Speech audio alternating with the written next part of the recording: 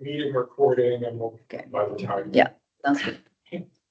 So I want to welcome everybody to the September 4th meeting of the Seattle Design Commission. Our meetings are recorded on MS Teams for posting on our website. From 2 until 4 today, we have our initial review of a unique project for the Seattle Design Commission. It is a mixed-use building, part of which will be housing a new community center for the Lake City community that is being developed by Seattle Parks and Recreation. The secondary component, a affordable housing project that is Mercy Housing, Correct. is not part of this review, but certainly the base of the building and how it contributes to the public realm is the focus of the commission's meeting today. Why don't we go ahead and start with commissioner introductions, and why don't we start online, because sometimes we don't give our online attendees. We could be better about that. So I'm going to go ahead and start with Phoebe and then Kate. Could you introduce yourself and your role? Yes, I'm Phoebe Bogert, Landscape Architect Commissioner. Hi all. I'm Kate Clark, the Art Commissioner. Thanks, Phoebe and Kate. And then in the room, why don't we start with Ray? Ray Gaskell, Planning Commissioner. I'm Eric Galipia, I'm the Get Engaged Commissioner. Shireen Masudi, at-large commissioner. Wallace Potomac, Urban Design Commissioner and Vice Chair. Good afternoon, Kevin O'Neill, Transportation Planning Commissioner and Chair. Ben Gist, Architect Commissioner. Zubin Rao, other Architect Commissioner. Oh, I'm Casey Huang with Mathon and partner in charge and lead designer on the project. Tammy Lee with Mithun, Landscape Architect. Michael O'Mara, Project Architect. David Graves, Seattle Parks and Recreation, managing the project. Hi, I'm Kathy Coyle. I'm inspecting development and I'm assisting with Parks and Mercy. David or any of you, do you expect people from the public to attend? I don't imagine they will. I think Mari Luis, who's kind of my counterpart, housing is online. But I didn't expect any folks from the public. That was a perfect segue because Maria just got in the call. Maria, could you introduce yourself? Yeah, hey there, everyone. I'm Maria. I work with the Office of Housing, just here to listen in today. Thanks, Maria. So we have you until 4, and I know that Wendy, you talked a little bit about format. We'll have you present, and then we have an opportunity for public comment. That's why I was curious about if people will be attending. We'll keep an eye out online as well, and then commissioner questions, then deliberation, and there'll be an action today. Before we begin your presentation, I do want to just acknowledge how much I appreciate that this is a different project for the commission, so I appreciate your coming to us and the opportunity for the commission to give you input on the community center portion, and that both Phoebe Bogert and Zubin Rao participated in the RFP process, and we loved that when that happened. We love to have commissioners be a part of that, and so I want to say thank you to David and Maria and the team for making that opportunity available to the commission to participate early in the process. If there aren't any questions, we'll just go ahead and throw it to your team. Sure. We do need to get it. Oh, Sorry. It's okay. that seems reasonable.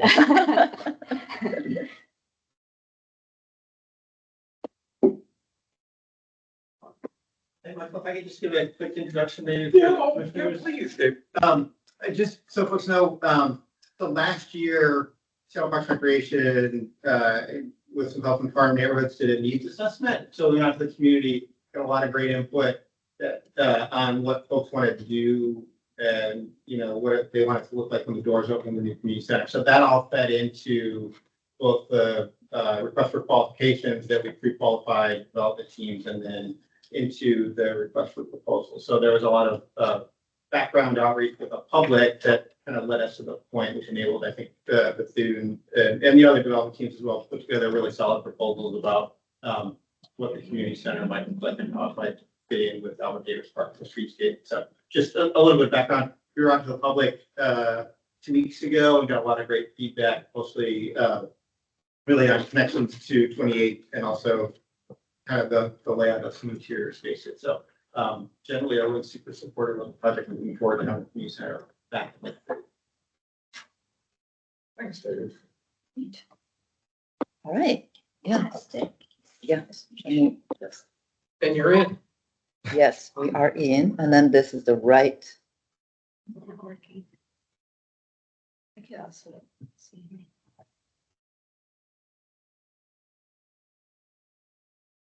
It may just be a lag on the screen. Do we, Yeah, okay, So got it.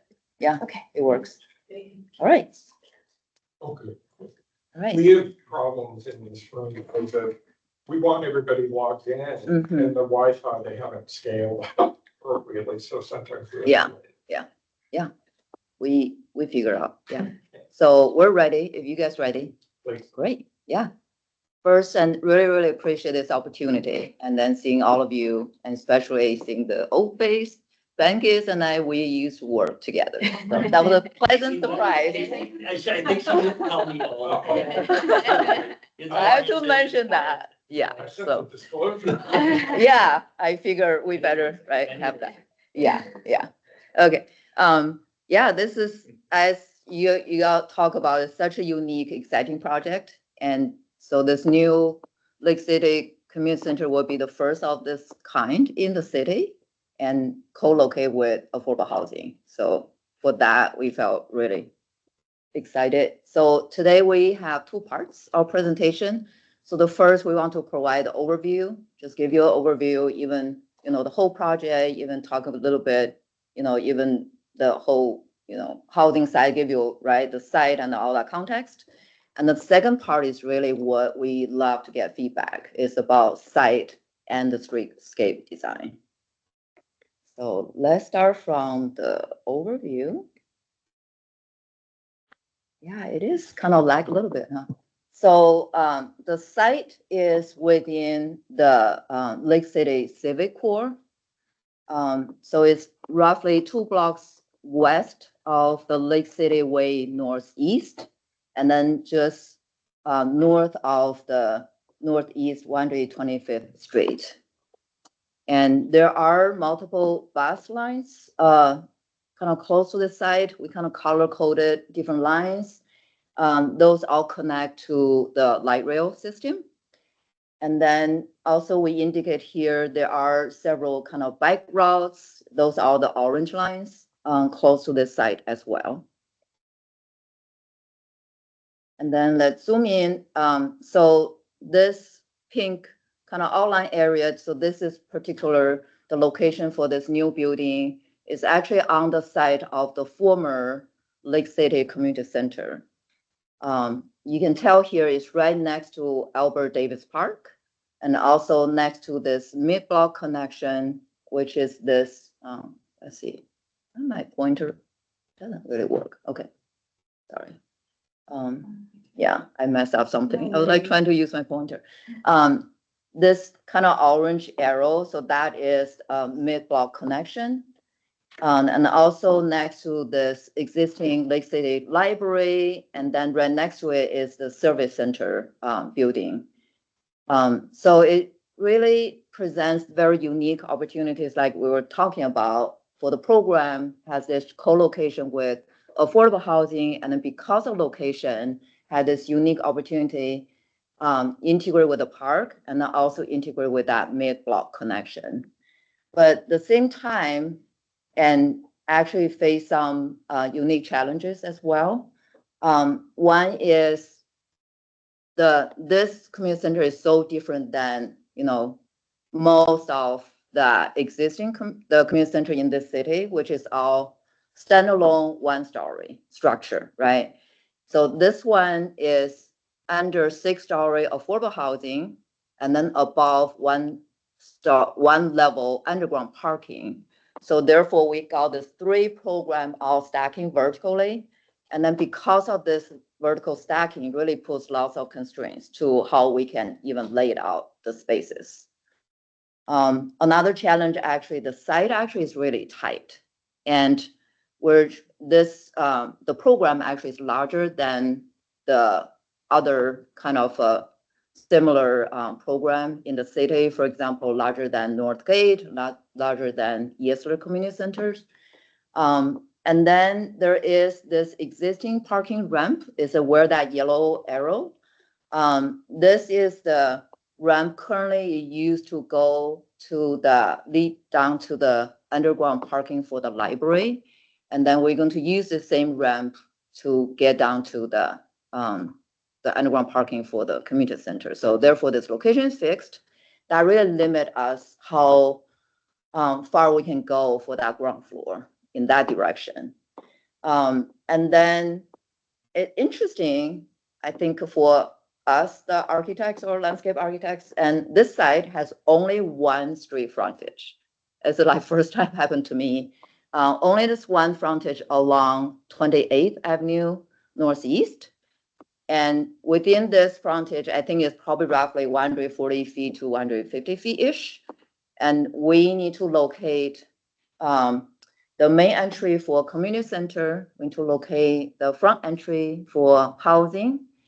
And also, pick up the drop-off zone for community center, and then we need to figure out where we put the, trash staging area, right? And also the access just for the service for the whole building. So there are lots of things we need to figure out and put on along that frontage. Another thing is the site elevation change. The park side actually is roughly 5 feet higher than that 28th Avenue, the street side. So there are lots of those kind of, different elevation, and we need to kind of figure out. And lastly is very common in Seattle is this overhead power line. So we do have this dashed blue line you see here along 28th. So that require our upper level building setback. And then we include a whole bunch of context photos, and we thought that probably helpful. On this page, they are about along the 28th Avenue Northeast, and we do have that little key plan there. If you're able to read, we kind of put all the numbers and then the little arrow where that taken and where that looking to. So the number one, this is we're looking at the existing library structure. And number two is right next to that. There was this kind of addition right next to it, and that is the customer service center. And then the photo number three is looking at this mid-block connection from the 28th Avenue Northeast. And then the photo number four is we're really looking at this project site along this street. And then this group of pictures is mainly about mid-block connection. So the number one, this is looking to that east direction. And at the very left-hand side, you kind of see a little bit, behind those trees. So that's where our project site starts. And then the photo number two, this is kind of like capture majority of that space. The right-hand side, you see that existing, the service center, that structure. Number three, we're looking down to that parking ramp. And number four, we just thought it's kind of nice to show the farmer market. So I think this is a weekly and on Thursday afternoon. So they always have this. And when this happens, they will close that south portion of that street, 28th Avenue, which is right in front of the library and the service center. And then this last group photos about Albert Davis Park. The number one, we're looking actually to the west. And this is, we're kind of standing at the mid-block connection piece. And then this is what the park look like, all the existing condition. And number two, kind of zoom in, there's this wonderful kind of sculpture art existing piece there. and we really want to preserve this piece. And number 3, this photo, it just captured majority of that, kind of more looking southwest direction and from our project site. So our the Lake City has a rich history of community planning effort over the past 25 years. And our design is guided by the community vision, particularly to develop Lake City's civic hub, develop the new community center, and to create this community gathering spaces accessible to all, and then build community through common spaces. And our design is also informed by recent Lake City Community Center needs assessment. This was done about 1 year ago. So there are several key considerations identified in that report specific for the community center design, prioritizing flexible multi-use spaces, incorporating both indoor and outdoor recreation areas, into ensuring accessibility and cultural competence, emphasizing intergenerational activities and spaces, and including facilities for food preparation and community meals. And our design is also guided by Lake City neighborhood design guidelines. So specifically talk about the civic core, really want us to emphasize that connection to the mid-block passages, and to define and orient to open spaces. And then about the pedestrian open spaces at entrances, want us to orient building entrances to public open spaces and incorporate civic art. And then along the 28th Avenue Northeast, to provide wider sidewalks, limited vehicle access, street trees, planting strips, street furnishings, and the lighting and public art. And regarding exterior material, so it mentioned brick is the preferred material to lend a sense of strength and the permanence and promote cohesiveness with existing brick structure. And our design objectives are honor the vision, history, and diversity of the community, respond to community priorities, enhance the Lake City civic core, integrate community center with affordable housing and a park, and create a sustainable, healthy, and resilient building. And I really want to point out this image. We just love this image. So this actually was a very large mural art, actually was on the former Lake City structure. So in some way, we kind of want to bring that history back to this building, when we really kind of think more about integrate the art. And like David was talked about, we actually been doing outreach, this whole team. We had multiple meetings. We heard lots of input from the community. So this is just kind of some key points and summary of what we heard from the community. So the community really want to make the 28th Avenue Northeast entry prominent and welcoming. And they really emphasize that entry will be used, since that's along the street, will be used more and more convenient for lots of folks, relatively speaking to, there's another entry kind of connect to the park. And they really want this commercial grade kitchen. They think it's very essential to support daily senior meals and broader food programs. And they want to maximize the capacity of the multi-purpose room to support community meals, events, and meetings. The shared outdoor spaces, smooth transitions between buildings, and functional overlap in programming are important. And the last one is the circulation path must be intuitive and accessible with adequate lighting and signage to support safe movement, especially for families, seniors, and the residents with mobility needs. So our site design focuses on, one is to provide a consistent street experience along the 28th. We really want to tie that kind of street experience, with this existing kind of civic buildings, and also provide a convenient pedestrian connection to the farmer market. We want to improve the mid-block connection, and through this project, and we hope that mid-block connection can unite not only the 28th Avenue Northeast and also, the service center and this new community center and also the park. And then we want to provide a very strong connection to the park, and also the connection between the childcare. There's a childcare component at the second floor of the community center, and we want to provide that direct connection between the childcare and the park. And then here's the site plan. So where that number 1 is, so that's the main entry for the community center. That's along the 28th Avenue Northeast. And then the number 2 is really just around the corner. That is where that existing parking ramp.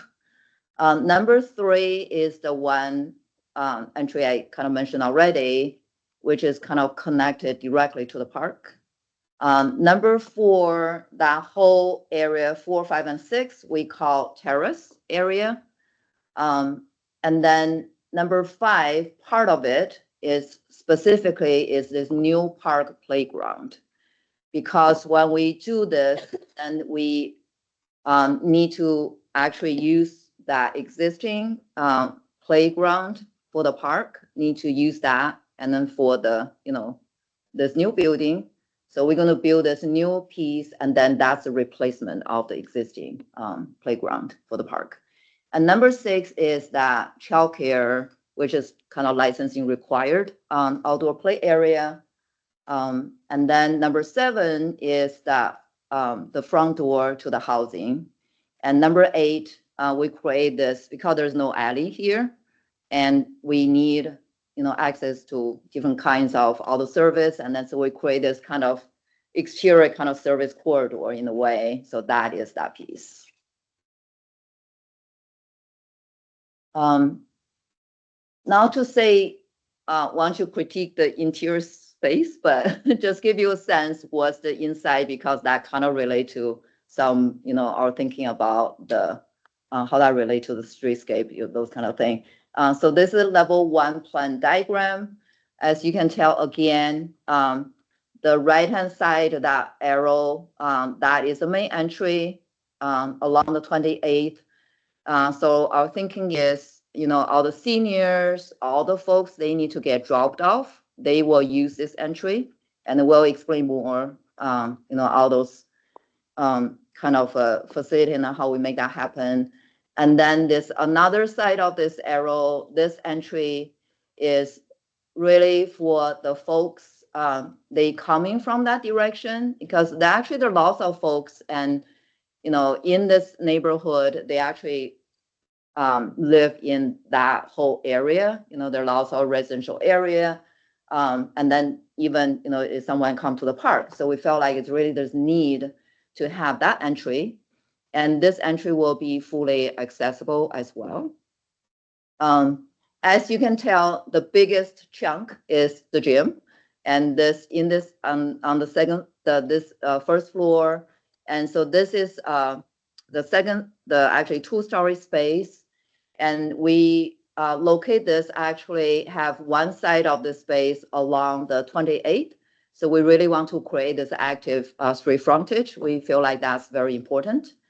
And then the multi-purpose room and the kitchen, they need to stay together. So we locate them along the mid-block connection. Again, similar thinking, we felt like that would be great to help to activate this open space.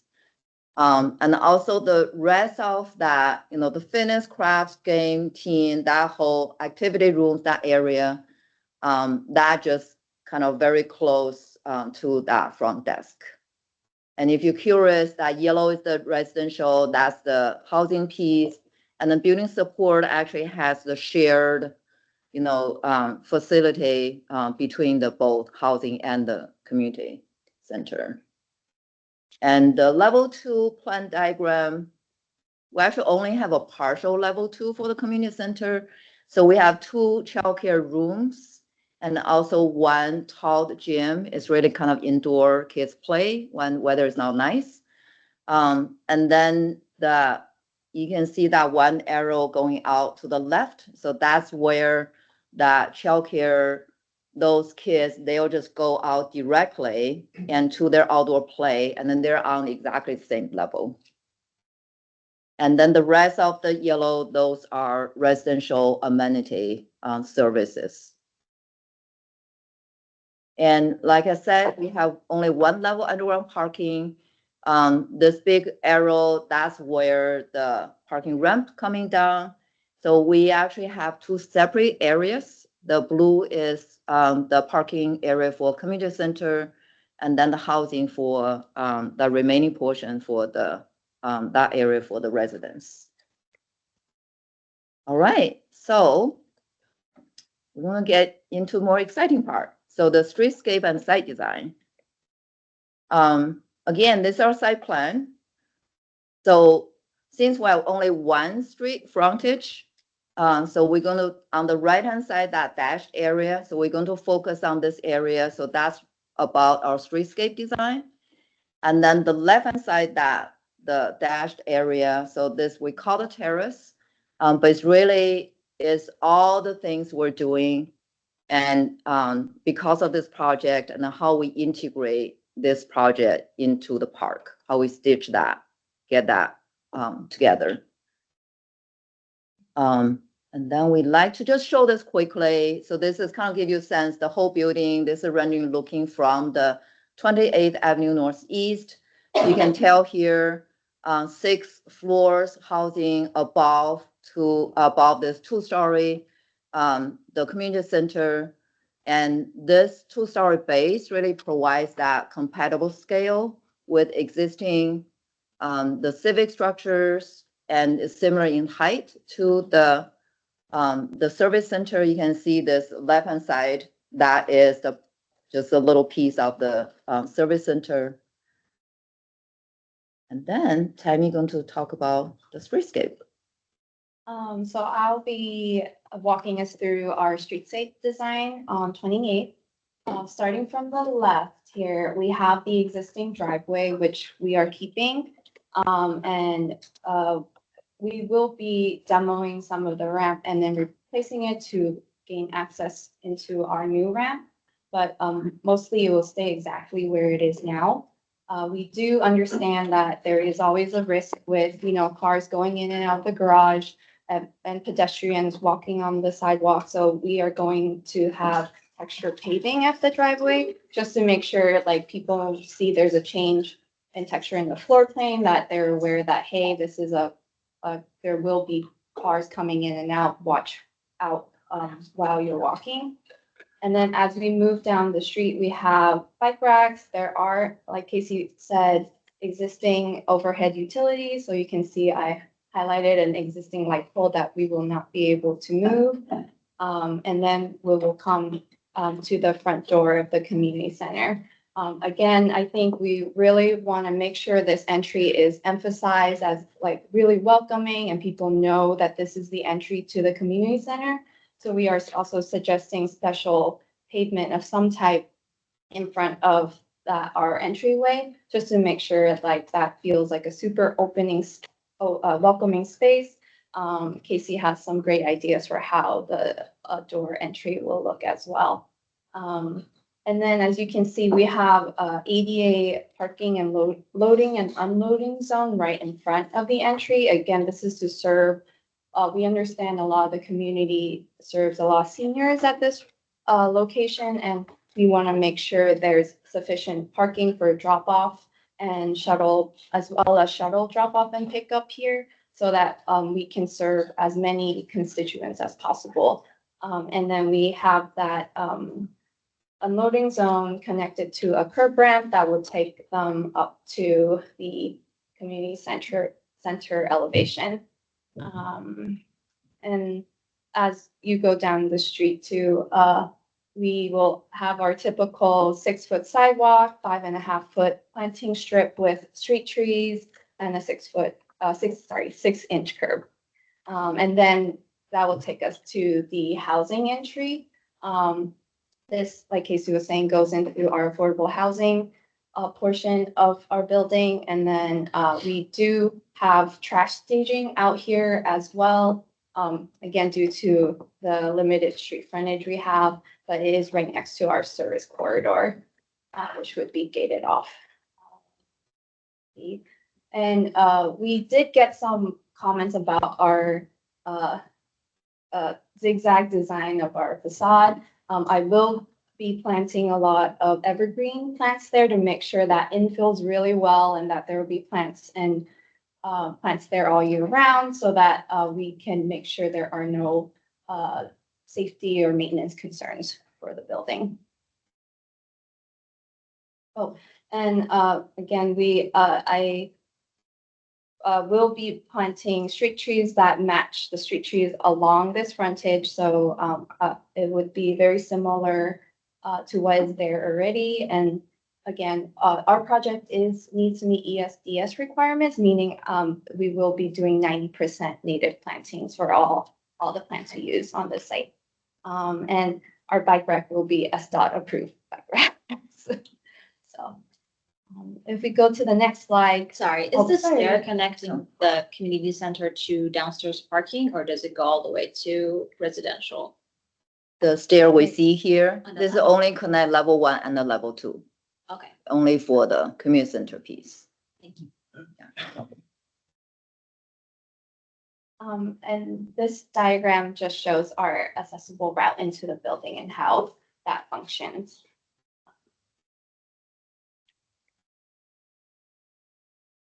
And then there is this view is looking from Alfred Davis Park and then look at this kind of terrace area I was talking about. So one of our main ideas here in terms of integration with the park, and we really want to design this whole area as an integral part of the park instead of part of the building. And I'll show you some section and then you probably will get why I'm saying that. And then, so we want to provide, not only kind of provide some program, like I was saying, that the part of that, the one mid-level, that playground is really kind of giving back to the park. And also we have like different kind of spaces, different seating kind of arrangements. And then, so it's really more, to really provide all those spaces and then create that kind of synergy between this part and the kind of existing part of the park.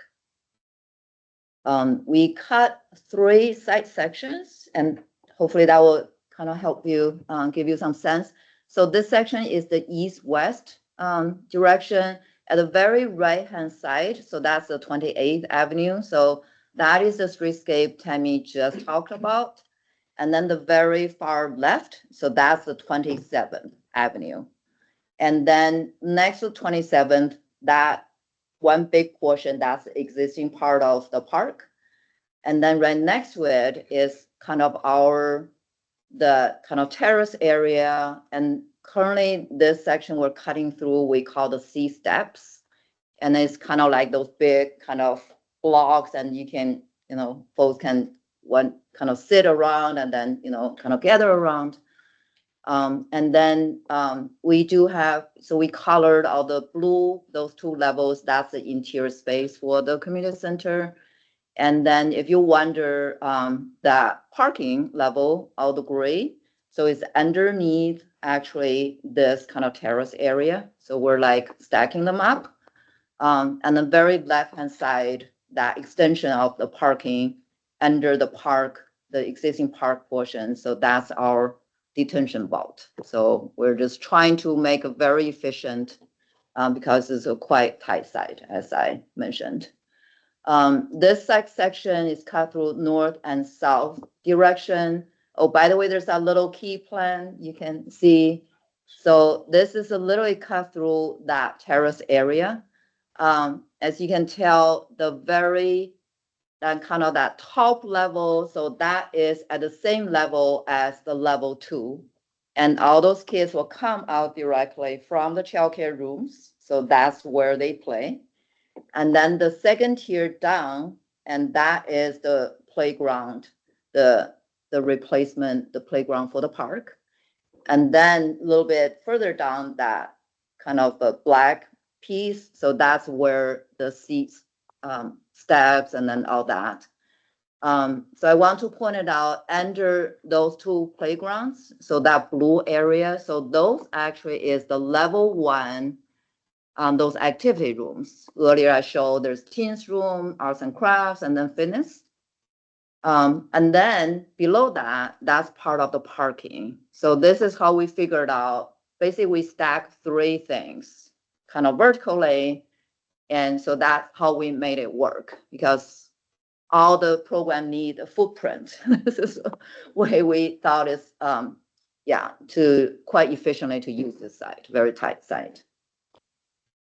And then I should point it out. So next to, let's see if I can do this. I think I can do it. Okay, it doesn't, that dot doesn't come to the screen. Okay, I tried again. So next to that kind of the piece of the black, that shape, and that's where we have some ramps and then to lead to the front door. And then further beyond that, that's where that mid-block connection, at the right-hand side is that existing service center. The left-hand side is this new building. And then that give you some sense about that kind of open space, that scale, and then the relationship. And then this last section, the north-south side section as well, we're cutting closer to the 28th Avenue at this point. So we're looking at opposite direction. Therefore, the left-hand side is the service center, and the mid-block connection, we're cutting through this ramp. So you can kind of see that relationship. And then, this will just happen if you wonder, that's the courtyard for the housing piece.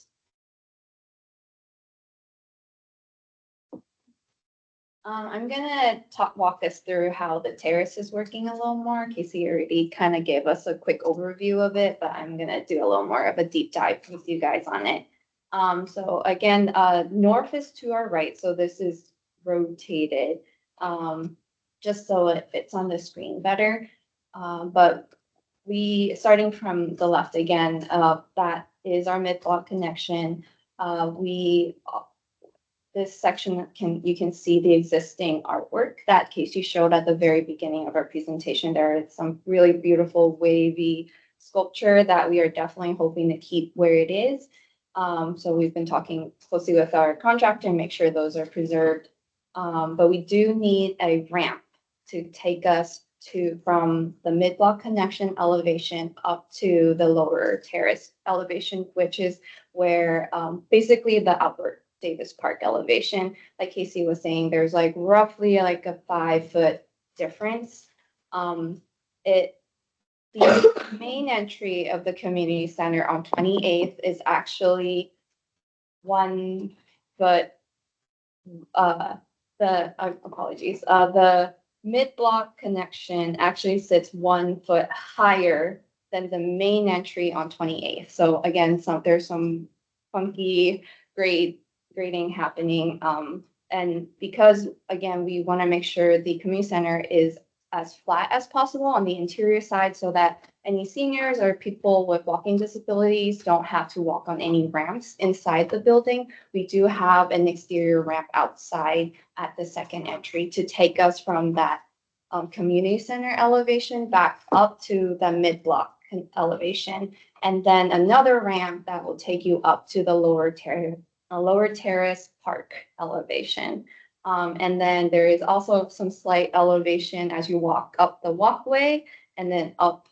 Would be plan north to get to the egress out of Albert Davis Park onto 27. So this is a very sloped site.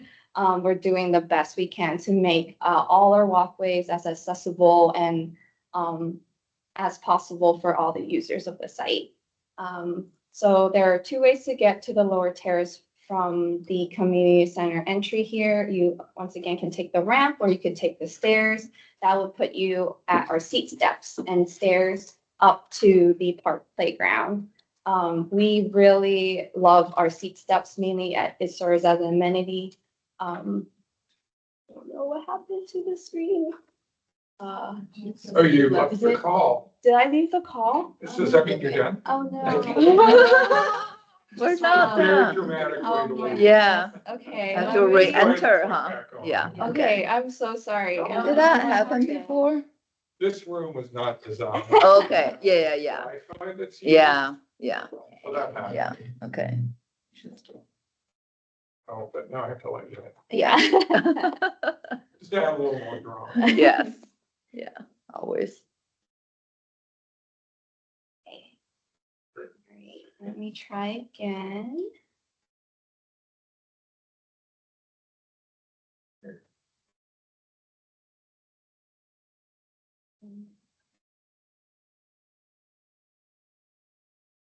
Okay.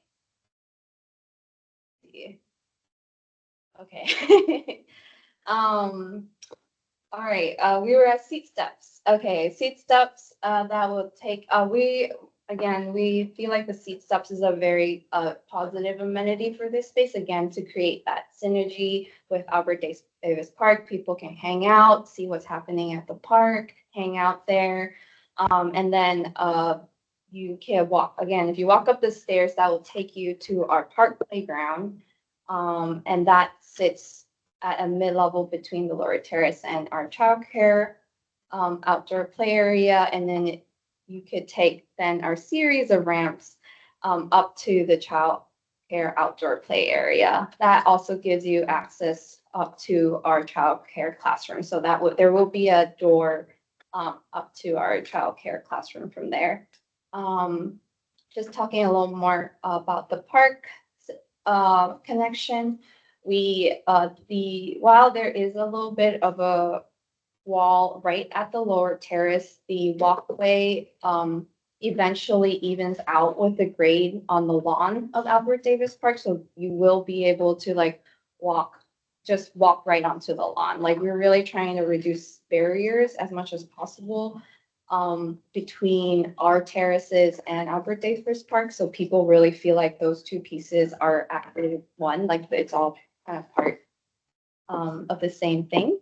But not the childcare facility. No, the childcare, especially that sits up on level 2, it will be fenced off, and there would be gates, and so that only the childcare facility will have access to that area during operational hours. But we are hoping that during after hours, park users can use the space so that that those play equipment is utilized as well.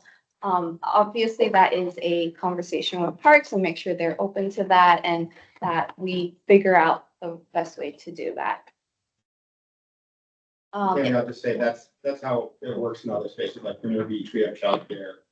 They get the use of the dedicated outdoor play area when they're in operation, and then park users can use it even during events. Would that be gated?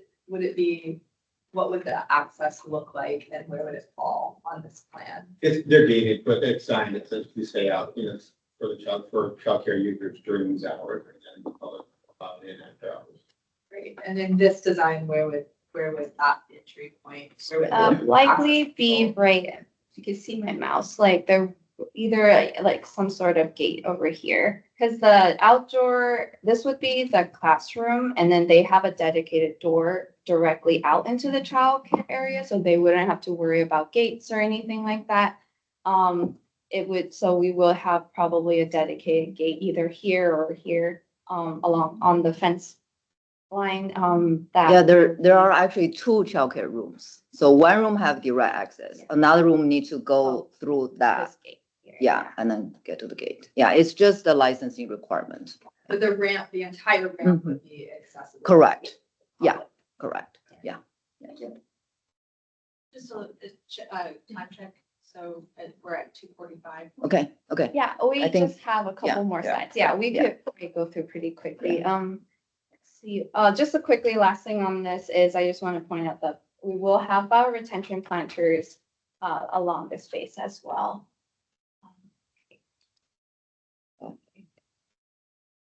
I just wanted to just show a few kind of more precedent images of what like is inspiring the space.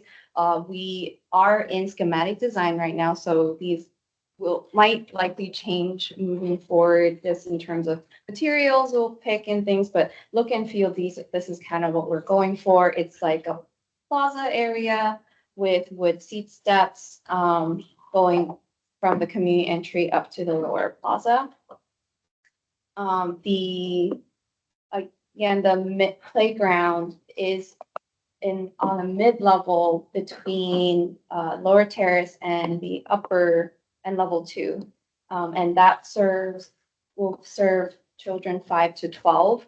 That's the point. And then we are looking at bigger equipment here, likely like play towers that have a small footprint, but a lot of play value. Because to maximize the users that can use the play equipment and how fun this playground would be. Again, just due to the small footprint, we really want to maximize what we have.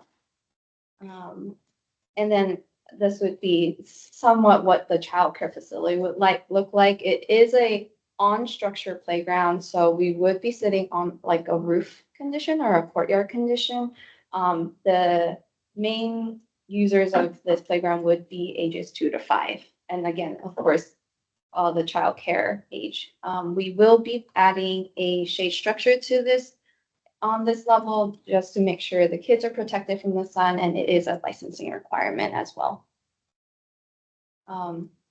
This is a diagram showing the accessible route to and from the doors and out to 27th and 28th, just to be very clear, like how circulation will work on this site. And lastly, this is pulling out, looking at the overall site. Again, we have 2 main entries, one on 28th, which will use our curb ramp to get to the main entry. And then on the community center entry side, you would take our new ramp up and out to 27. Just to show our like 2 ADA routes to and from the community center. And that pretty much wraps up what I have to say. That's all presentation. Yeah. So we're happy to answer any question, or we can go back any slides if you want. Yeah. Could you put up you want to put up just a site plan that shows Yeah. all the different moves, I think, that'd be great. because again, that's where the focus of our review, so maybe. Yeah. Okay. And Subin, as you kind of, guide us through, I'm not seeing anybody online, but I'll look. Okay, well, yeah, thank you so much for the presentation. That's really great. And I think the site sections and the diagrams cleared up a lot of the questions we had kind of before the meeting, but I'm sure there'll be more questions about it. So yeah, why don't we? And one other thing. Yeah. Grade 315. I'm gonna leave them out. The boat leaves when the boat leaves. Okay. So bearing that in mind. Yeah. You can't just call him and say, just hold the boat. I've 15 years for this boat ride. So.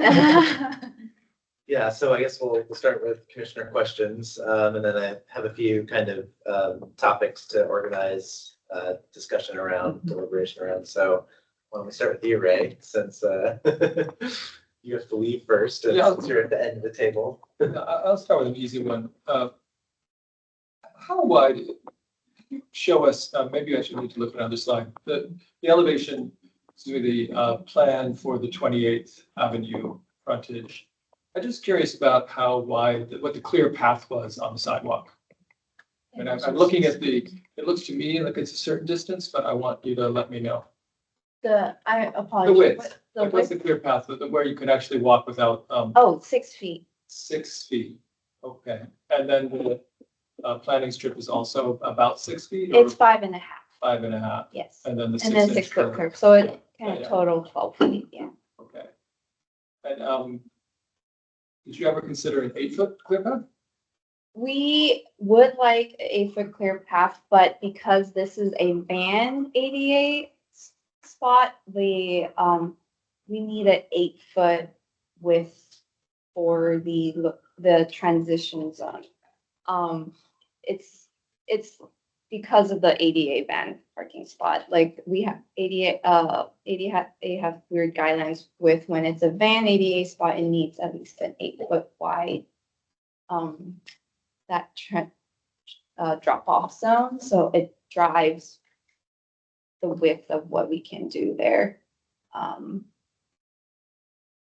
Yeah, we're just very constrained on what we can do on this sidewalk. Well, the explanation is very clear. Thank you. And the only other question that goes with that is just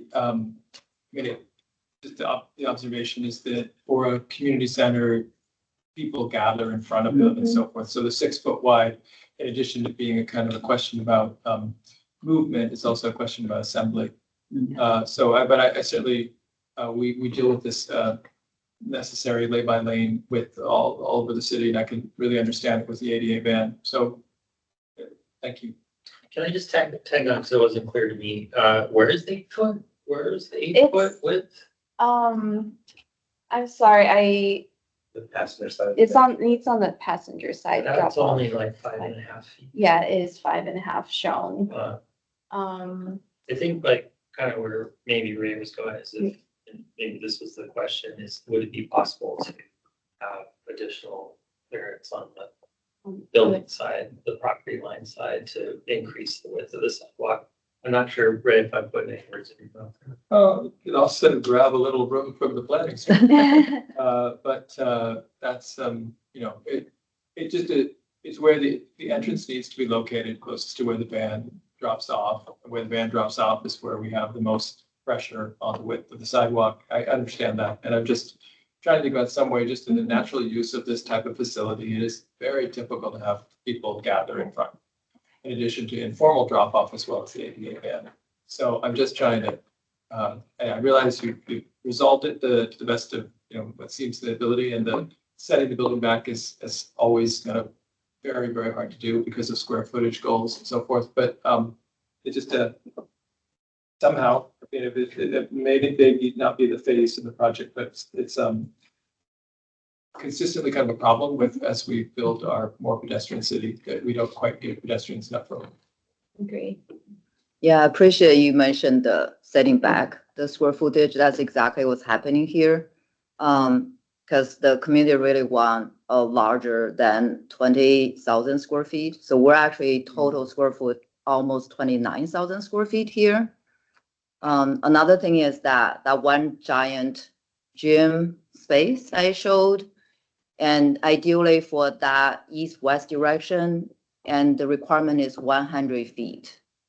So therefore, if we set it back, and then we'll compromise that, and then that's very important for play all kind of sports, because not only the sports courts and have a rigid dimension, and then there's a safety zone around. So because of those, I think 2 reasons, and so currently we kind of just along that. But are the triangular spaces inside actually usable?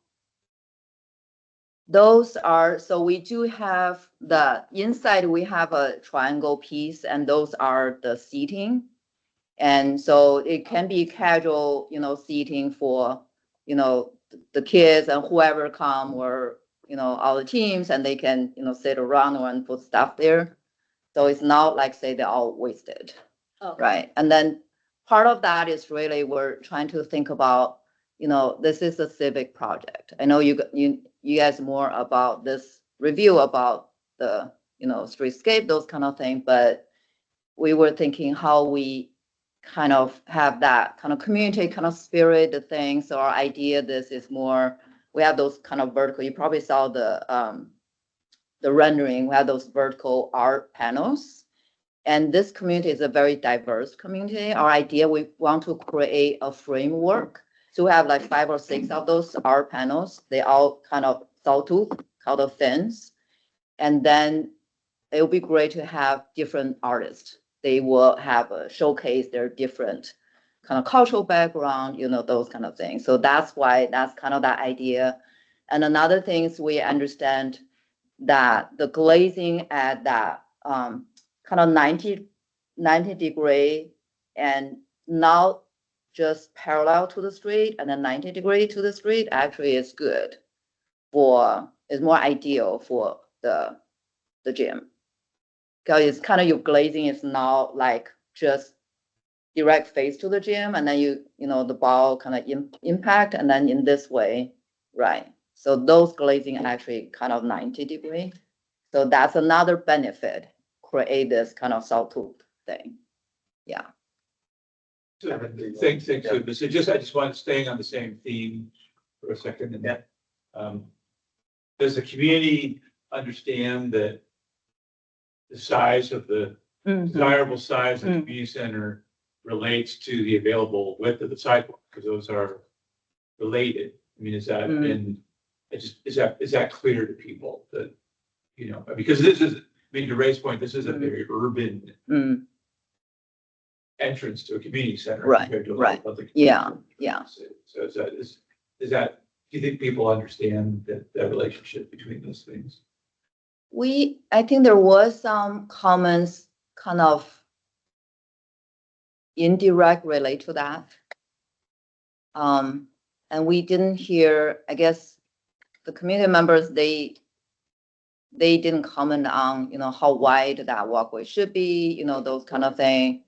And then we showed them this design, and this, I felt like was very well received because they're more thinking about, this whole accessibility, mobility, those functions. And then they're really happy about this. We're accommodating like 3 and possibly like another kind of vehicle for this whole loading pickup zone. And they were really happy with that. Yeah, so I'm not totally sure they truly understand, frankly, because we never get a chance to really explain directly like that. But I feel like maybe indirectly, I hope they understand that. Yeah. And sorry if I missed it. Yeah. Have you guys already talked to SDOT about any of the? We did a pre-app. Discussing with them, yeah. So the requirement was definitely like 6-foot sidewalk, 5.5 foot. So we are at the minimum for sure. That would be. Yeah. Right, right. Yeah. Okay. Ray, any more questions? Only for SDOT. Okay. Eric, questions? Yeah, this is my first meeting, so I don't know if these questions are too granular. But I think looking at the bike racks, I think the shared micromobility has been kind of on top of my mind recently, and saying that the design in the back half at least relies heavily on ramps and stairs. Has there been any consideration about like a shared mobility, like bike corral somewhere, so that it's not impeding, say, folks who need the ramp or those needing stairs? I think I've seen SDOT spray paint a bunch on floor, Right. those types of things. So that's a curiosity. Are you asking if we're considering adding bike corrals or? Yeah, or Scooter corrals or one vehicles. yeah. I think If there's we, opportunity. so the parks just did a survey. Is that one of survey question, David? We didn't, and we talked about bikes, we didn't really think about micromobility for building residents and park, community center folks. There's also bike parking in the garage. But we wanted to also have the kind of the spot there too. So it's worth considering because they are, maybe a nuisance isn't the right word, but we deal with them in parks all the time and parking them maybe where they're not supposed to. And so giving folks some guidance, I think it's worth us. It's a good point. Something for us to consider. Yeah. Did I hear that right? You mentioned there's indoor bike parking in the garage or? Correct. Yeah. That was- So actually it's interesting, surprisingly, I was surprised to find out this for this whole community center for all that square footage, there's only 8 bike racks required. Yeah, it's like opposite side is the housing, right? I'm pretty sure Ben knows exactly what that requirement, right? So we got like so many bikes. We literally have every single floor we have back rooms for all the residents. And then the requirement for the community center is only 8. But yeah, I agree. I think that exterior one, the short-term one, in a way is more, if we can think about the way, like David pointed out, think about for the whole park, right? We're not only just our area and how we just kind of put in the right spot and then really think about that central location. I think that's a great idea. Yeah, I think just, Yeah. I ride the bus everywhere, so Okay. there's been times I've Yeah. had to jump over the line bikes as I'm getting off the bus. And then I guess the other thing was, you guys touched on the wanting to honor the vision, history, and cultural diversity. And I was curious what the exploration has been. You just talked about artists, inviting artists, but if there's, I don't know, options of surface treatments of like the pavers have some kind of cultural. Right. So great question. So Mercy Housing, they actually just are engaged this group called Headwater People. I know some of you probably heard. They worked with them actually in a current project or design already. So we actually had a meeting once already with them, and we're going to meet again maybe in about 2 weeks. So they are going to take a look at, I think for one more like wayfinding kind of point of view, because there's certainly needs, right? You probably sensed that already for this project, especially all that outdoor kind of open spaces, around the mid-block connection, and there needs lots of the wayfinding, and even inside of the building, inside the housing side. So they just started that, thinking they're going to talk to their elder people, and then they want to really look specific about this site, and then what the native people, what's the history here. And so they want to kind of build a very special story, and which is kind of fascinating. So we're going to meet with them again, and then so that will be the starting point. And then I would think the next step would be kind of the art integration. And we would love to really kind of look into that. And then we normally, on the phone side, for some project like this, at the very beginning, we would, because when we kind of do all the design, we see the physical locations, the opportunities. We normally put this called the art opportunity plans together. So it could be the site plan and also the level 1 plan, maybe some other level plan. So we'll identify all the opportunities, more like a physical location, right? And then we'll work with our clients. And so I can see something like that will happen for this project. And I think at some point, David's team will get folded in also. Yeah, I mean, we do have the 1% for clients. Yeah. Do that, so we'll get that rolling and that'll help us. with Right, this integration. right. Yeah. So I would think next time when we come back, we will have lots of exciting kind of ideas, and then, those kind of things to share with you guys. Yeah. I guess my final question is the integration with all the amenities around. I think I'm just a big fan of libraries, and I think the idea of like the outside reading room could tie really well in with the terraces, the seat steps and stuff. Yeah. And so I'm curious if there's an exploration of more clearly connecting those two things, or a childcare center, like an outdoor classroom or something. Yeah.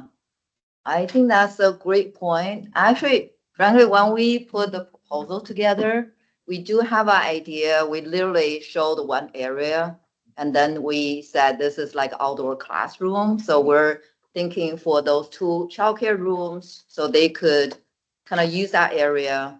Because we do, some of our team members that we do design schools also.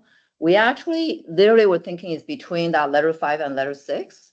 And then we kind of carve the certain areas and have those kind of big, kind of that C steps also, right? And then, of course, when we really got this project, we get into it and we're like, well, if we do that, and then the playground would be much smaller. So I guess we can keep thinking about that idea and then see how we can integrate. Yeah. So that's yeah, we do like the idea. It's just like, we're just like having a little bit hard time to balance, that, the park playground area, we want that good size and then functional, right? But we'll see. If we can make it work, I think it's still a great idea. Yeah. Awesome, thank you very much. Thank you so much for the presentation. What is the capacity of that multi-purpose room that you were talking about? Oh, right next to the kitchen. Yeah, it's very interesting. We got this whole study options. I was telling them all the things to the public at the public meeting. So we do actually have two general options. So we would think when we heard the most of public, they want the bigger multi-purpose room. So that large one, let me think. So we lay out different tables and the matters, right? So if we do the round tables, gosh, do I remember those numbers? I was just wondering. Yeah. So approximately, because the kitchen and the food Right, part right. you mentioned Yeah, is a yeah. big Right, component right. of Yeah, the community and they want to use that kitchen. Right, And yeah. compared to the gym, it feels a little bit small, so I was just trying to understand. Yeah, how that fits right, in. right. So that study actually kind of answered that question. So I think if I'm kind of right, if a round table probably 128, is that right? I think that's the number. That's right, yeah. Okay, Like all right. 120-ish. 128, yeah, right. But if only the chairs, sometimes we just only have chairs. So that would be many more. I think that's probably close to 200. And also we studied to sometime, in the existing community centers, we actually use gym for certain events. For some events you have like more than 200, maybe even 300, all that. So we laid out half of gym is all the round tables and half of gym, all the chairs. I think that half of gym round table probably close to 300-ish. Or maybe a little bit under, but that chairs, I remember the big numbers, like more than 400 or something. So the gym is supposed to be like a flexible space for events and. Correct. So just to add, so within that study, we did study a slightly tighter gym. And so that's that option, allow the bigger multi-purpose room, but we really cannot make it any tighter. So gym is the space is actually in a way very rigid, right? Because we all understand, because it needs to be like volleyball, basketball, pickleball, and then whatever other things. And then we have to make work for everything. And those are fixed size. So that's the reason drives the gym size. Yeah. And the only way to go to second floor, there are these two stairs on the south side of the building. Is that correct? No, there is an open stair actually. In U Point, there's an open stair right in the middle. Yeah. So actually that's the open stair. So most of people, so that one stair you were asking, that's just for exit. We tried not to have that one. We just have to have that one because exiting, the most people use is open stair, which The is one a right very next to the entrance. That correct. Yeah. So it's right in front of the reception desk. When you come in from both directions, that is kind of that, right? Because most of folks said they have to kind of stop at the reception desk or front desk. So right there, that's the open stair. So it's supposed to have this very welcoming, very kind of direct, straightforward way, right, to get to the second floor. Yeah. And then right next to it, that is a elevator. That elevator has only 3 stops. It's only for a community center to link from the parking level 1 and the level 2, for stroller, those needs. Yeah. Has there been any like safety concerns for the child care facility being adjacent to the park? I'm not quite sure if I understand that connection, but I know you know it a lot better.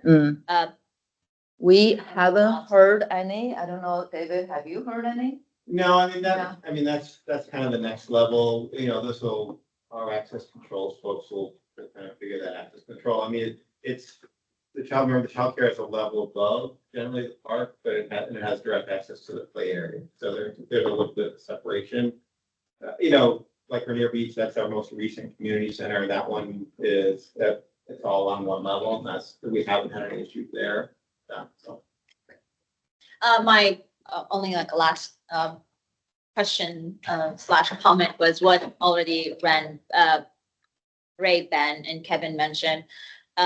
I was just wondering if there's other opportunities that have been studied for that main entrance of having a little bit like a wider entrance, because a lot of people are going to use it. The kitchen is next to it.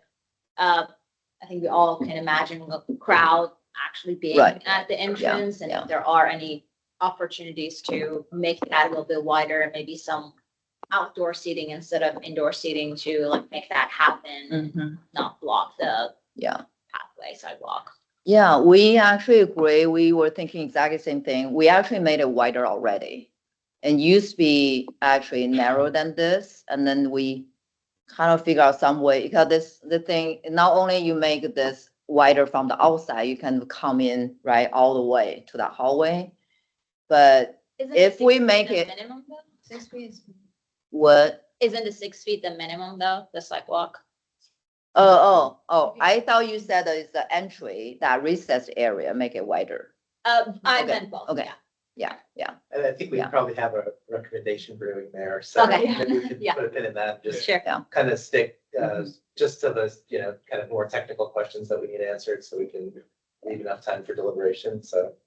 Because I just know we're getting kind of tight now, so, anything else, Jared? That's it. All right. So one more stair related question, that southeastern stair, is that a fully enclosed? Fully enclosed. Or is that one- Fully enclosed. Yeah, Okay. it's totally enclosed. Okay, so does that one have, are there windows where you can see into that? Is it? We currently have some window. Yes. Yeah. Yes. Okay, and then does the farmer's market shut down in 28? They shut down the portion, where in front of, so the bottom and go all the way up to that mid-block connection, right? So they need to let the access to the parking ramp, but they shut down from there to the south portion, all the way to the 125th. Yeah. Great, and does the farmer's market currently spill onto the site along that mid-block connection?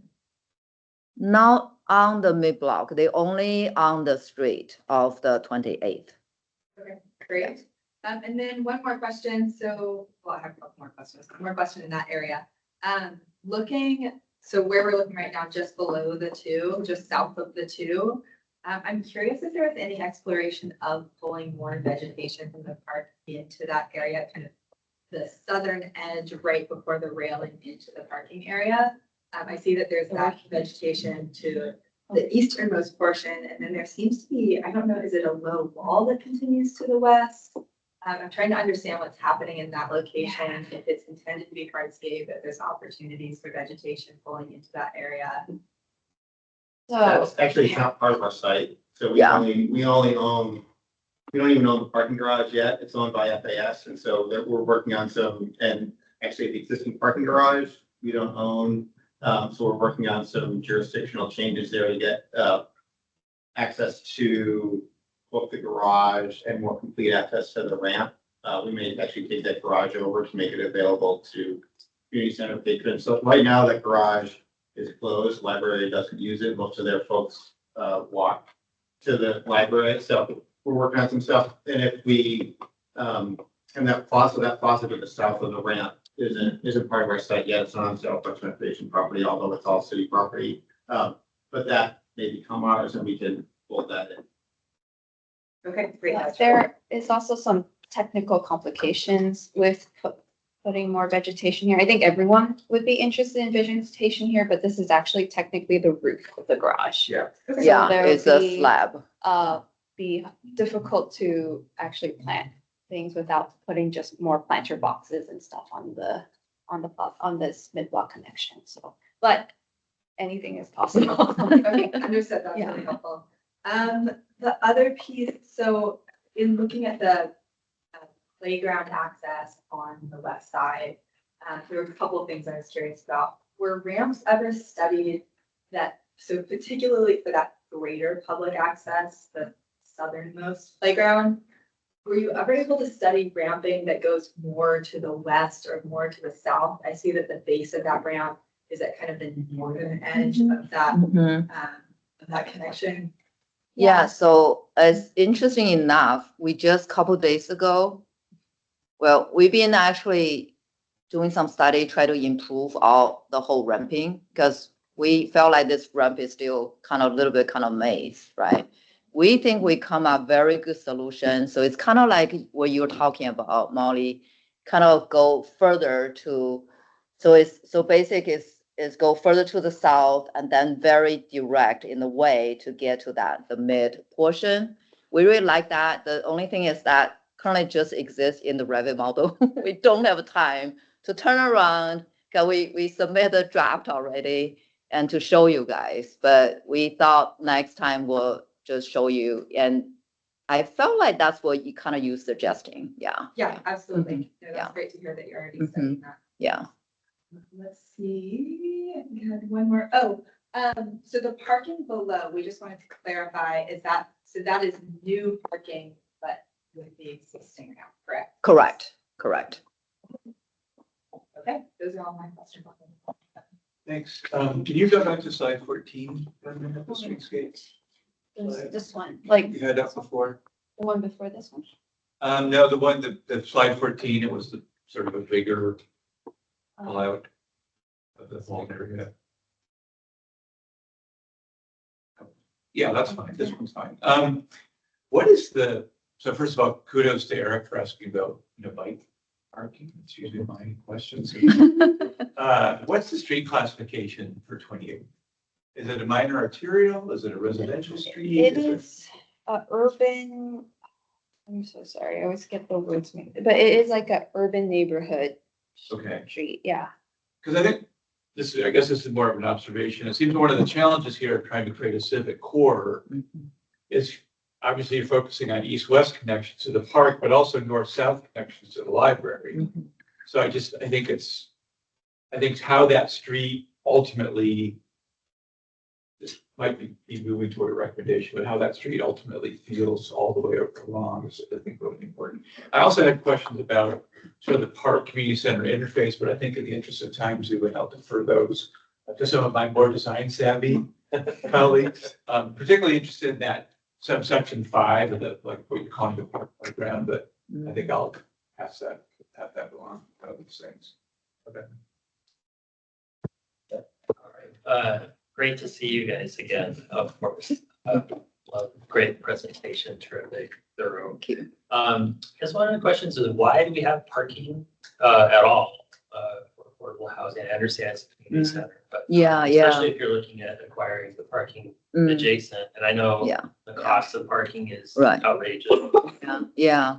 So this is actually a family affordable housing project. And then we have 1 bedroom. So we have 2, 3, and 4 bedrooms. We even have 1 stack of 4 bedroom. So those are the family units. And then the total percentage ratio of that, I think, is 68%, is almost 70%, right? It just given this such a high percentage. I think, Ben, you're right. Most of affordable housing project, if that now this high percentage may not provide parking, but this one is just like, there's a 4-bedroom family, they're multi-generational living, and then so there's some of family, they will need cars. So that's why, and then they actually don't have that many. They only have like a 23-ish, right? So then they feel like, oh, that might be okay. But if they don't have any, they're just really concerned. Yeah. Okay. Yeah, they recognize it's expensive. Yeah. Can you go to page 22? The accessible route with the bandsaw you guys were on. Is it this year? I'm just kind of curious why that big loop, you get out of the van and then you loop down and then loop back around and back into the building. I don't understand, because even if there's grade, your curve is 6 inches, and there's lots of ways to get in there. So I'm just not sure why it's like not direct. Like right here, right? Yeah, or anywhere along there. It just seems like that's a long way to loop around. Yeah. We did talk to our civil and ask them how, if there could be a direct, I think all, again, for now, it all comes down to this loading zone, but maybe we could talk to civil again, because there's a lot of questions about making this community entry more welcoming and having more gathering space in front of it. So I am wondering if there is any opportunities to maybe shift this Yeah, north, sorry, I almost get a little direction. yeah, you're right. Yeah, Shift north. it north Mhm. so that we have more room here and see if there's a way Yeah. that this curb ramp can sit again closer to here and then more direct Yeah. into the building. So I think there are we're in SD, so I'm hoping, things will change. Likely there's gonna be adjustments. So I think we could take that back to the drawing board and see if there's some things we could do. Great. And then are there, so I know you, Casey, you mentioned the bike racks. I think I see 3, and I'm assuming those are doubles. You're counting on those being double loaded. I'll say that. But that's the bike parking for the site. No, So I know the residents have their own. right. So the 8 actually long-term, 8 that's in the building already. And this will be the short term, right? So there's in addition. To an event at the community center. Right. That's the bike parking, those 3 right there. Or those Well, you can use those 8 also, which is in the parking garage. Right, yeah, right, yeah. We could provide more, it's just we kind of need to know, right? So I think that might be some kind of detail we could get some input, right? From community, what's the needs there? Yeah. Good presentation. Great. Thank you. Okay, I think my only question was just kind of the northwest corner of the building. Go back to the site plan. Yeah. Can you just describe kind of what happens on the north side of the building? I know you said it was kind of a service access corridor to get out to the street. Right. But when you're sort of in the park, when you kind of hit that edge, is there just kind of like a wall there or something? Yeah. Maybe can we go to the level 1, the plan diagram? Is it this one? Yeah. So basically, you see that, so there's that building support area and residential, right? Yeah. So the residential area is like when you come in, there's a lobby, there are 2 kind of manager offices. They are very important for, affordable housing, all that. So that area is actually quite open. We could have windows, those things. And then when you go beyond to the gray area, so the bigger piece that's shared the trash room. So we will have an overhead door there for the trash room, the access along that facade. And then next to it, kind of square shape, I know it's kind of hard to see. So that's a transformer room. So we will have the double door, all that required double door there. And then the very last piece, that's the exiting corridor. That is exiting for the community center is required. So you will see that exiting corridor. So basically it's at those, and then when you turn the corner, you probably wonder, those 2 sides, when you turn the corner, can you move there? Right. So they're actually very close to the property line. So it's only about probably 4 feet. So our idea is we're going to have a gate, kind of just provide the access for the maintenance people, right, for the building. So therefore, there's no security concern. Right. Yeah, we So when do you want to get make to sure. the Correct, northeast right. corner of the park, Yeah, kind of the wall and the exactly, gate. exactly. And even for this north side, this whole exterior corridor, when that hit the 28th Avenue, I think Tammy mentioned, but I just want to point it out, we will have a gate as well. So that's very well controlled. Yeah. Okay, I think that's probably it for me for questions. So why don't we go to Phoebe and then Kate. Okay, bringing in the rear here. I'm just gonna try to keep it quick. I think most of my comments have been, or questions have been addressed. I did just quickly, I just keep on wondering about, is there a programmatic reason or why perhaps is the park playground at that terrace level, and why isn't it adjacent the park? Did you study flipping it, and what is the rationale you have for the location? That's a question I was gonna ask, but you articulated so much better. That's why I defer. I can start. So I think what we realized, so first we felt that the childcare playground, we felt like it's, in a way, it's very ideal to have them at a level 2. Oh, I should start saying existing condition. I should have a picture probably for that existing condition. So the existing condition is currently there's a higher grade at this level 2 piece. So there are a whole bunch of those grade changes here currently. So we kind of start from there, just saying, so it's ideally to have this level 2, that piece, right? And then when we said that, and then we realized we actually need to terrace them down to get to the front door, right? To that south direction. And then we felt like we need 2 terraces. And then, so we felt like this middle one, it seems the ideal location for this giving back to the park playground. And one is to kind of like, now it's a lower, it's closer to the park. Another one is still, we felt like there's some synergy. We put those 2 next to each other. In a way, visually kids come and say, oh, here's this one, here's that one. If I continue go on the ramp, I'll get to the upper one.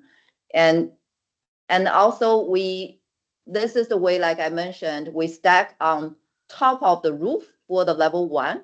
Therefore, we don't have to take more ground because we felt like we keep expanding our project limit actually and into the existing park.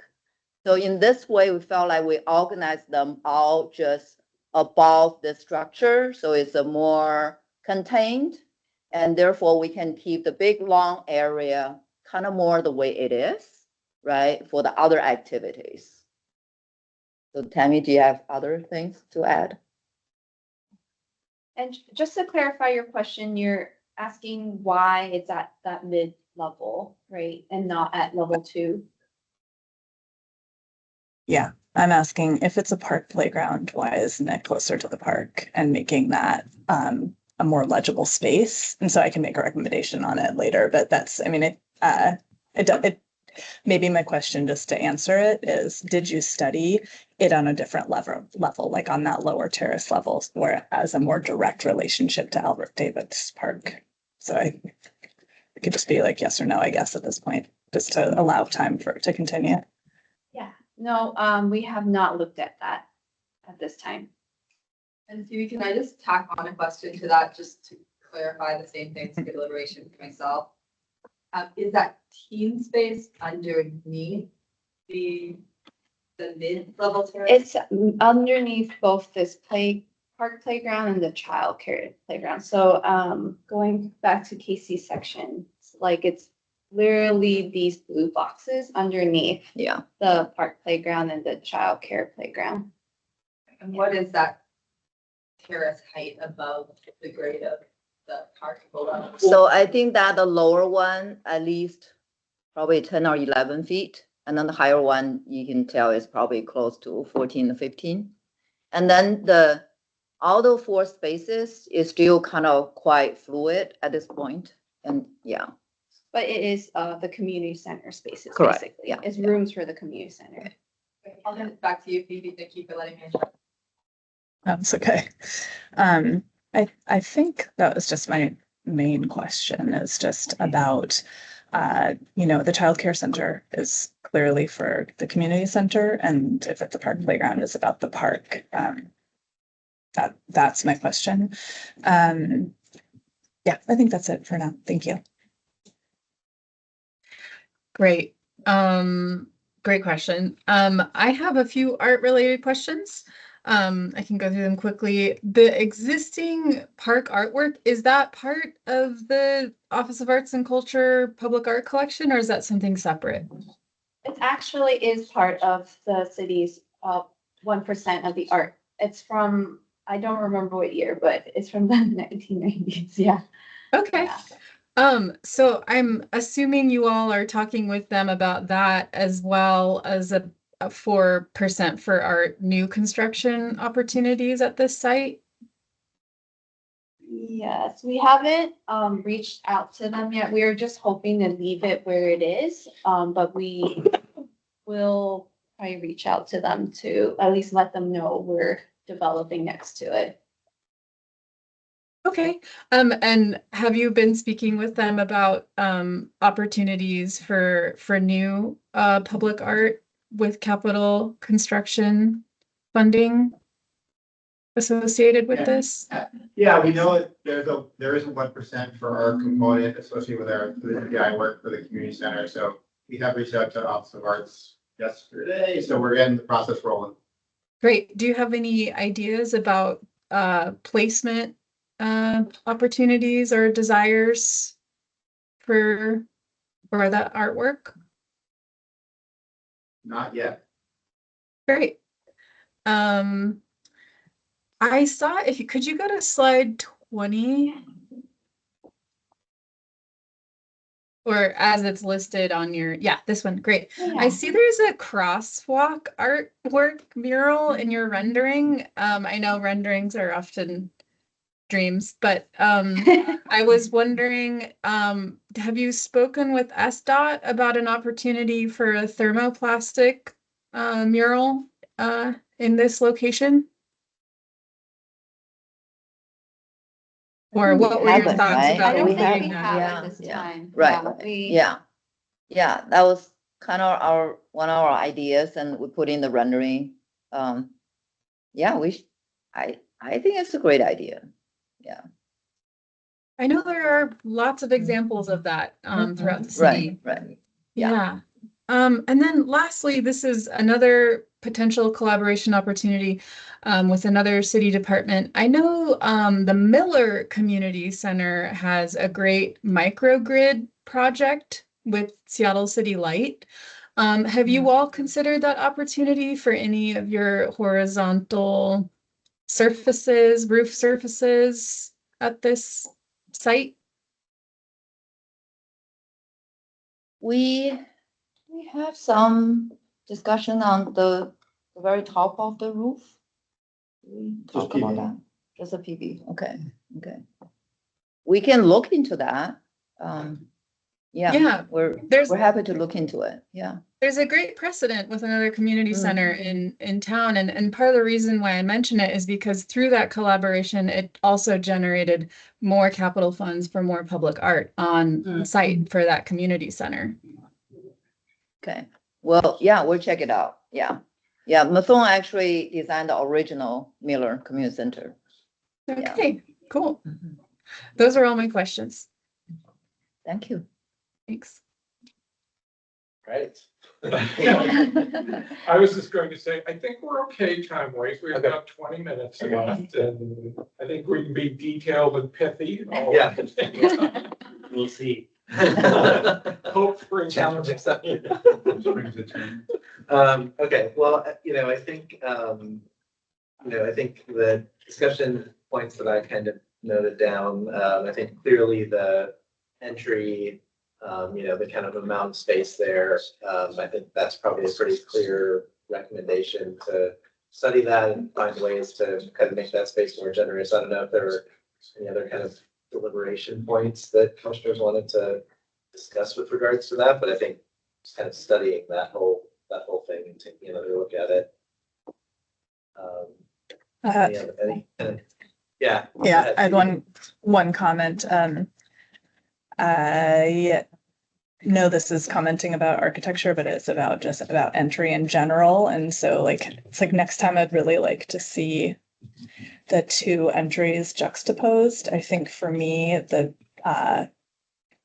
park entry always sort of feels like it's the glassy, it's kind of bigger. You see the bigger volume. It feels like except that it's down, which makes sometimes things not feel like a main entry. So that's what makes it feel like a side, but that kind of signifies a little bit more main entry. So I'd like to see this entry that can be articulation of, canopy or materiality. And then, of course, we're talking about amplifying the streetscape there, but I would like to see this feel a little bit more holistically like the main entry, so that it's kind of like a bigger package there. Yeah, and do we kind of feel like, the community center portion is doing enough to sort of hold its own as the community center, or is it still kind of, I mean, that's kind of what you're getting at, PD, but I guess just curious if other commissioners have kind of thoughts or recommendations around that. I think it's not just the entry, because I think one of your main goals when you started was to have a warm, welcoming, and impactful, I can't remember the exact words, entry there. And this feels adjacent to like the minimal sidewalk. It's not a very generous public space on there. I'm not saying I feel like the whole frontage feels pretty tight. Like I'm just thinking if you're walking along there and on a 6-foot sidewalk, when you're walking like it's kind of just enough space to walk past each other. So community center doesn't feel like it's got the right depth and support. And then the entry doesn't scream welcoming. I mean, it's just sort of a recessed vestibule entry. So I think we just support and I know that you have the curb and sidewalk and you're trying to maximize the floor plan. So I know you guys can come up with, it'd be good to see some different studies for that.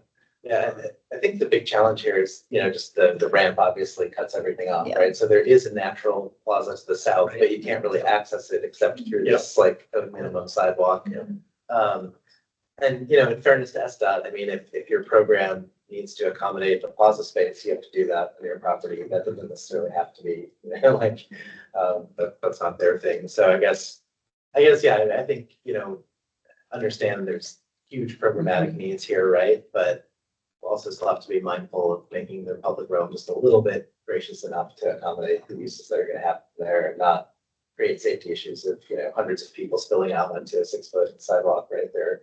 I think there are real concerns there too, so. I agree. I'm curious, like it looks like the curb line south by the library, just off your street, is a lot different. And, obviously the library would be set way back from the face of this building. Yeah.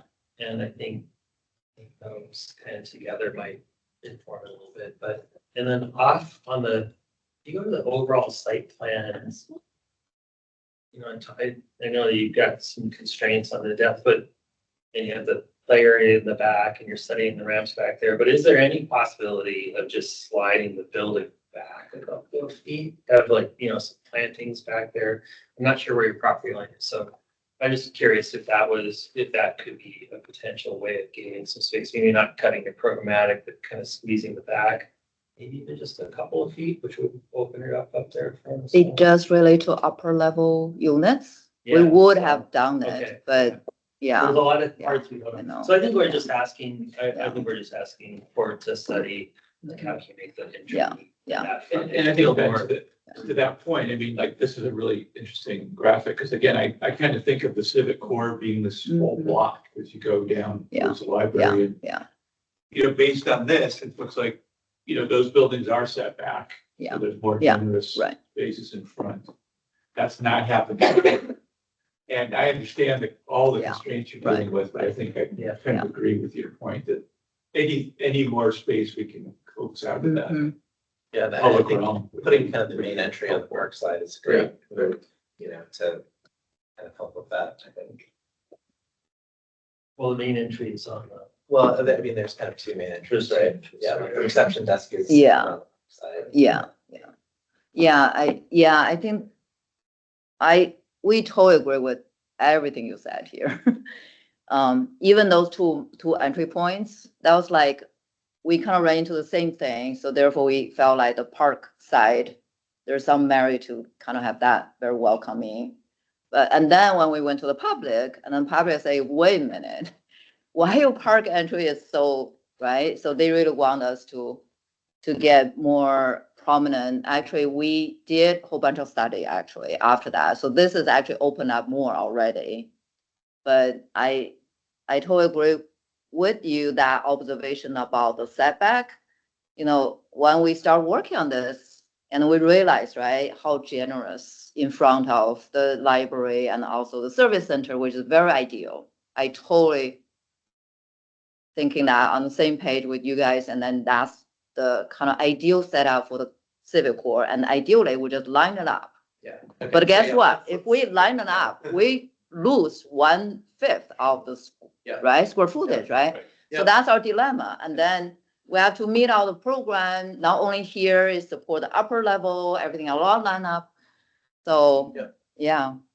Okay, well, let's keep going on some of the other topics. So I think just generally the continuity on 28th, I think we kind of covered that with the entry piece. Let's see, I think just in general, circulating around the site, and particularly all the levels in the back. So, I mean, I think we've heard that's kind of being reworked. I don't know, any kind of specific recommendations or discussion around, that kind of piece? No, but I would say like, if you guys have it in Revit, just hand sketch, trace it out. I think there's I think we would have loved, that would have been helpful to see probably. Like you just throw it in there and be like, hey, this is half cooked or whatever. That could have been a little bit. Just generally, I think kind of reduce the number of ramps, which I know you guys are sensitive to also. But, and you have all the levels. Simplifying it. And directing ramps toward primary routes that you can, so that's good. Yeah, no, you should. So directing routes to some of the primary access routes which you've already described that you're playing with, and then to pull in something that Phoebe was saying related to that. I think really the public feeling nature of that public playground area is something to look at in tandem with the ramps. Looking at understanding that that's the teen room underneath. It's not that elderly population that you're looking at. That you wanted to reduce ramping interior. So I would really ask, are there ways to get that terrace level down below 6 feet so that I'm actually standing in the park and seeing the platform? Okay. Whether it's what Phoebe is describing about actually bringing that playground down to ground level, or if it's terrace. One, when I'm standing in the park, can I see my access route, picture myself in an accessible way to the playground, and also is it low enough that it feels public, that I see that surface? So for me, that's the below 6 foot. The tallest of people. Okay. Phoebe, do you want to add to that? You were speaking to that. No, I think that was good synopsis. Thanks, Molly. Could you put back the previous image with the numbers that show the different external uses? I think there's some important comments that they haven't been made about how does that external program align to the campus?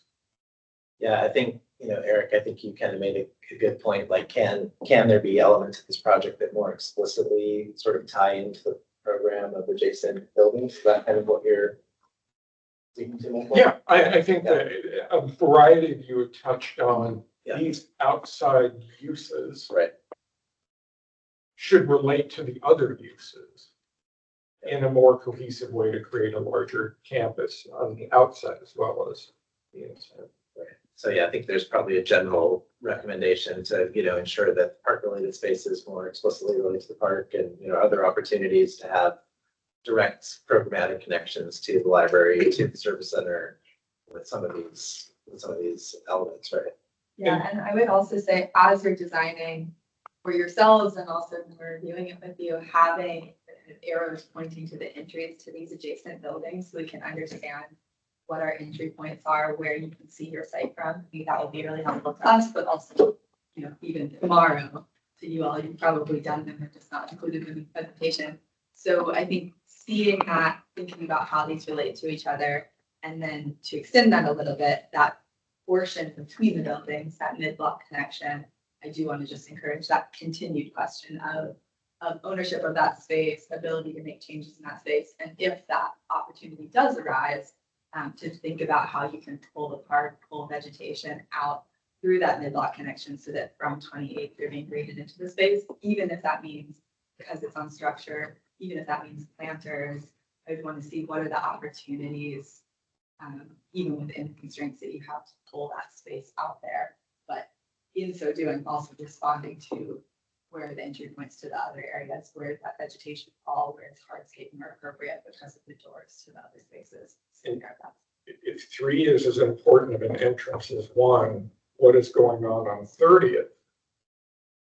Is that 30th?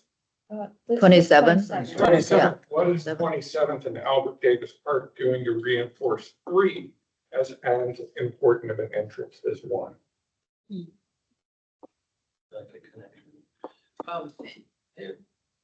Kind of going back a little bit, but just, this is a great diagram. It looks like that curb line in front of the Lake City Service Center is quite a bit to the right of where the curb line is on in front of your property. So like, can you talk with SDOT about just pulling that curb line? I mean, that could get you the space, because it looks like the sidewalk in front of Lake City, if you zoomed in on that, is quite a bit. Yeah, see, it just appears that line from the sidewalk to the south on the other side of the ramp is quite a bit wider. So if you could capture that curb line through there, I see what that might give you like all this, that would give you a lot more space and be more create a more continuous, to the north or to the page top, it'll get narrow again, but it'll create like a continuous, kind of speaks more to the campus kind of character, at least along that frontage, and wouldn't take away from your building. Yes. I mean, I think that's a really good. Brilliant. That's why I kind of asked about the street classification, like we can't see the channelization within the street, and that we don't, but it's all related, right? To where that curb line is, what has to happen in the street. So it's something. It's asking SDOT to think bigger than just the permit on your frontage. Yeah. How does the whole block? We have not submitted. Oh, yet. yeah. So that'll be, I should. You When we should tell can- them what you want to do. Or you could ask them. Well, tell them what you guys want to do. Yeah, tell them. That's probably helpful. I'm happy to talk to you. Yeah. Well, and then I think just, not let the van loading, that one thing drive Yeah. like the whole urbanistic solution. Yeah, So yeah. like if there's a way to do that on 27th, or if there's a way to do that in the garage, or even just further away from the front door, if you have to kind of circulate around Right, anyway. yeah. If you're not creating a longer path of travel. So I think any kind of exploration. Or even consider that kind of, like Ben was describing, that widening toward the Yeah. street for the pedestrian through zone, but considering whether that meanders in toward the building and is part of how you expand at the entry, and then it moves back out into that space. So if you do have full Manson, does it actually mean that this public space is starting to pull into the community center, which maybe is appropriate to the program of the space? We have about 5 minutes. Sorry, forced habit. No. Okay, so I mean, I think we've kind of covered the entry, the street, the questions for SDOT, connecting some of these exterior rooms to other programs, and being kind of more intentional about wayfinding, directing flow of people to the places where they need to go, and having uses legibly connected to the adjacent uses. What else are we missing in terms of recommendations? I think, Kate, I guess, I don't know if you could maybe kind of summarize, maybe like what your recommendations would be in terms of the art questions and recommendations you had. Sure. To collaborate with the Office of Arts and Culture about existing and potential public art placement. It's great that you all are talking with them really early, and that's the best time in terms of thinking about how to maximize public art. And they can probably give recommendations or even open it up into the call for art for where the art could best go. So anyways, talking with them now is great. Maximizing opportunities for collaboration with them. The other thing is with SDOT, for speaking with them about the opportunity for crosswalk or thermoplastic mural.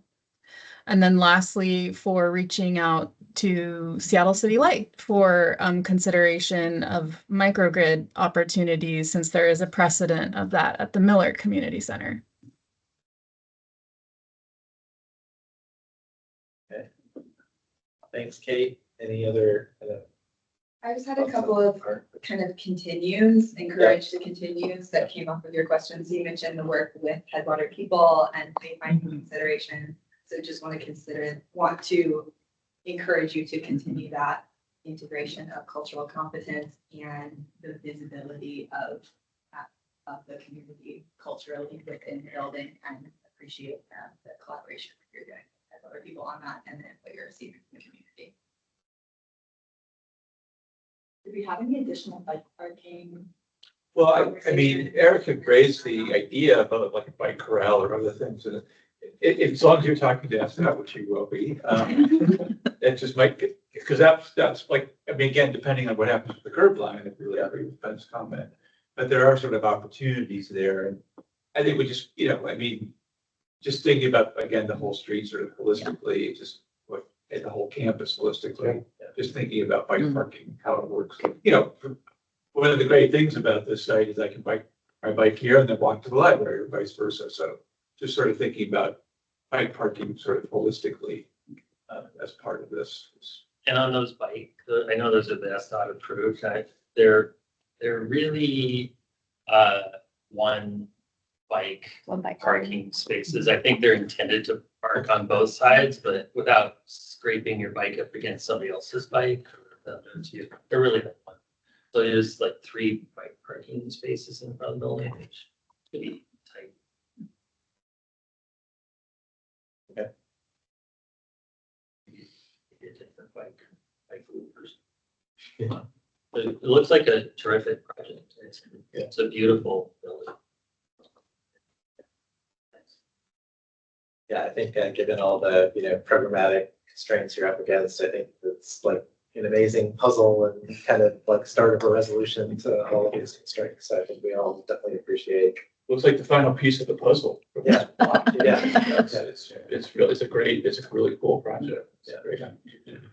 Yeah, fundamentally really cool combination of programs. It's really nice to see the affordable housing integrated with the center, and to see the desired incentive to park in this way, and to see some of the interagency coordination happening around this project. And family units.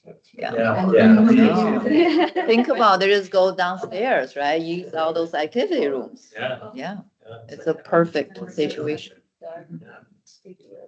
Okay, well, I think we are going to see them back again for 60%, right? We give you a word list. But a very good one, and I think it'll help. Yeah, so I'm not going to try to restate all of these recommendations. I think we'll include it in the minutes, but I think we kind of know what we've got.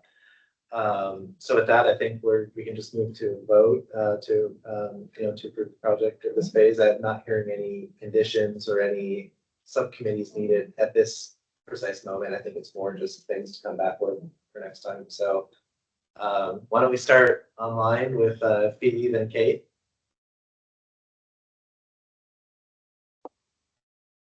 Sorry, I vote to approve with recommendations. Thanks, Phoebe. Vote to approve with recommendations. And then I guess Eric is not voting today. He's not confirmed yet. So we'll move to Sharon. Approved. I also want to say I really appreciate how readable your presentation was. I think it was the first time I could actually read all the text. It's usually like impossible to read. Thank you so much for that. Thank you. Approved with recommendations. Thank you all so much. Vote to approve with recommendations. Thank you. Approved with recommendations. And vote to approve. So thank you very much. Here from the room, we're all super excited about the project and really appreciate all the work that went into the presentation. It was super clear and really well thought out. So we'll follow up with the minutes and see you back again in next phase. Great. Thank you. Thank you so much. Yeah, really appreciate all the comments. And with that, commissioners, if there's nothing else, I think we're done for the day. Thanks, Kate. We'll see you Welcome. soon. Maybe we'll see you soon. Thanks. Bye. Okay, are you? Yes.